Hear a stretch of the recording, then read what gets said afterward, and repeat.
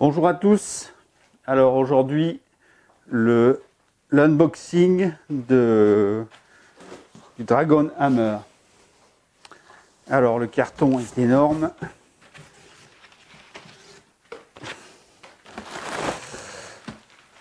Je pense que ça doit faire 25 kg.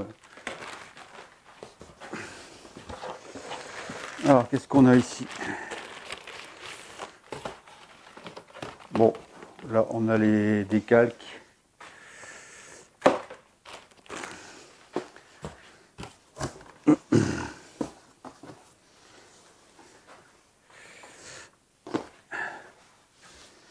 Alors, hop.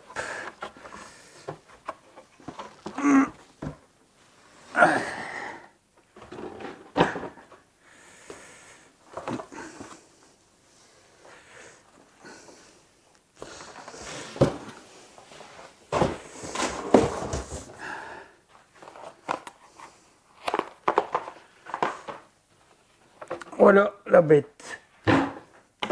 Alors pas de manuel, rien. On va se débrouiller sans. Alors, est-ce que j'ai mis mon opinel?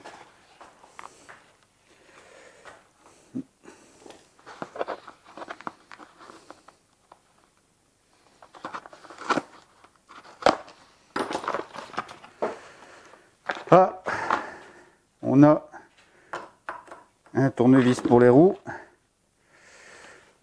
Et ça, c'est pour la roue de secours ici, alors qu'on n'a que 4 roues en fait. Alors, je vous montre les roues. Voilà. Les roues, c'est ça. Donc, c'est beaucoup plus gros qu'une roue de X-Max en diamètre. En largeur, c'est un peu plus fin.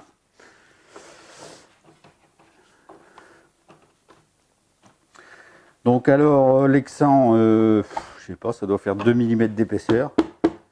Ça doit être par balle. Donc c'est à peindre, il faut démonter le truc et puis le peindre correctement. Le moteur est à peu près de la taille d'une grosse canette en alu. Alors le variateur est là. Alors là, ça va être un problème pour moi parce que j'ai pas les bons connecteurs. Sur le SC, donc on a du 8 AVG. Alors moi, mon plus gros, c'est le 10 AVG. On verra bien.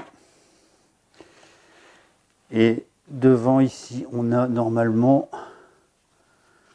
la place pour mettre un récepteur puisque c'est vendu sans récepteur en fait. Alors c'est que de l'alu, vous pouvez regarder, c'est que de l'alu. Le châssis il fait 5 bons millimètres d'épaisseur en alu. Tout ça c'est du CNC. Donc c'est un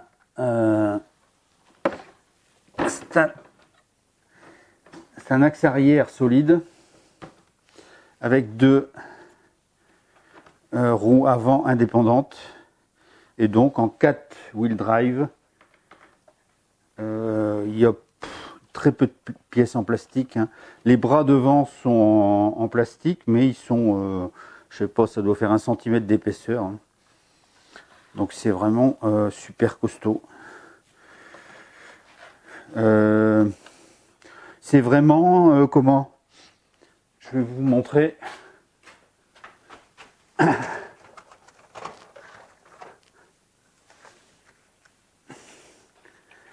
C'est un Vatera Twin Hammer en beaucoup plus gros.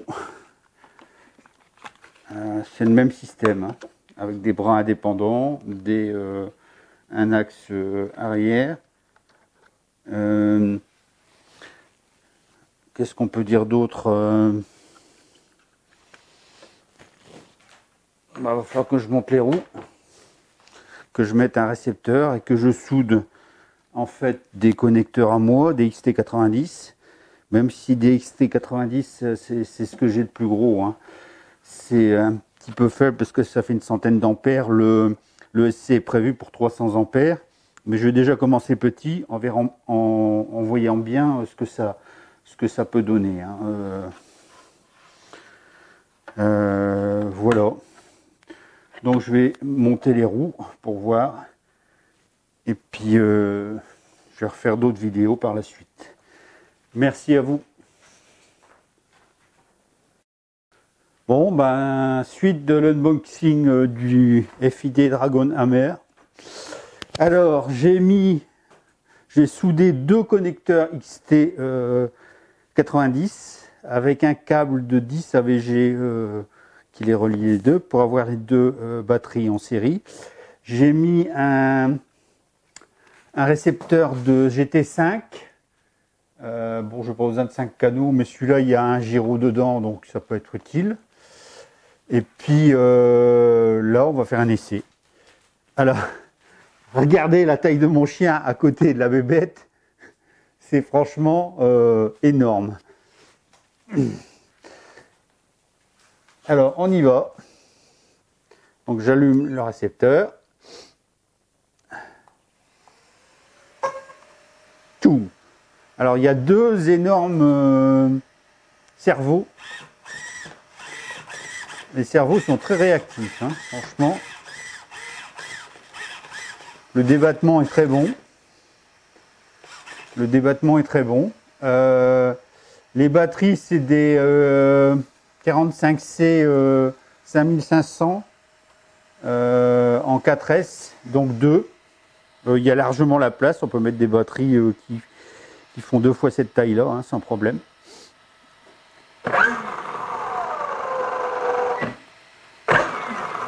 Je pense qu'il faut que je règle le point de... Enfin, le SC pour pas aller... pour pas démarrer si je suis au point neutre. Marche arrière. Marche avant. Il me paraît vraiment très punchy. Hein.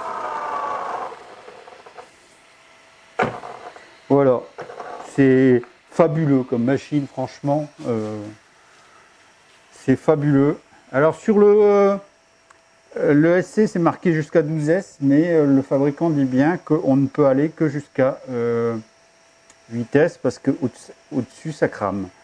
Je pense que déjà en 8S, ça doit ramener pas mal.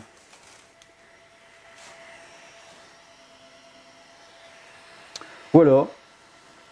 Ben, il ne reste plus qu'à faire des essais.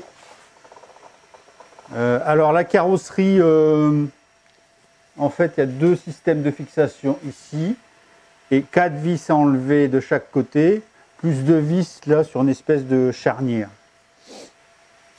Donc, comment elle se présente? Voilà. Donc la charnière est sur le devant. Tout ça me paraît très costaud.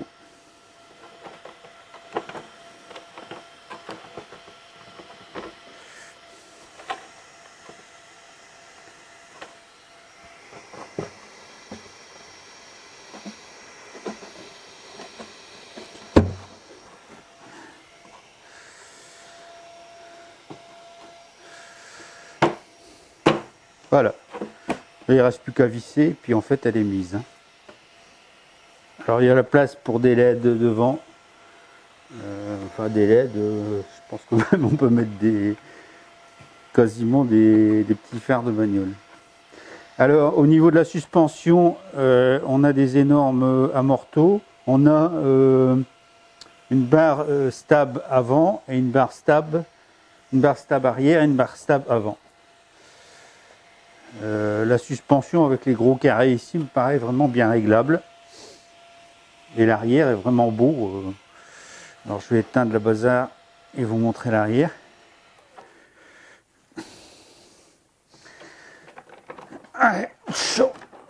Voilà. L'arrière est travaillé, on dirait vraiment quasiment un bijou. Hein. Alors l'axe de arrière de transmission est entièrement en acier, bien entendu. Alors bon, je pense quand même que je vais vérifier le serrage des vis parce qu'il y en a énormément. Comme elles sont dans l'alu, je vais vérifier qu'il y a bien du thread lock partout. Voilà. Merci à vous.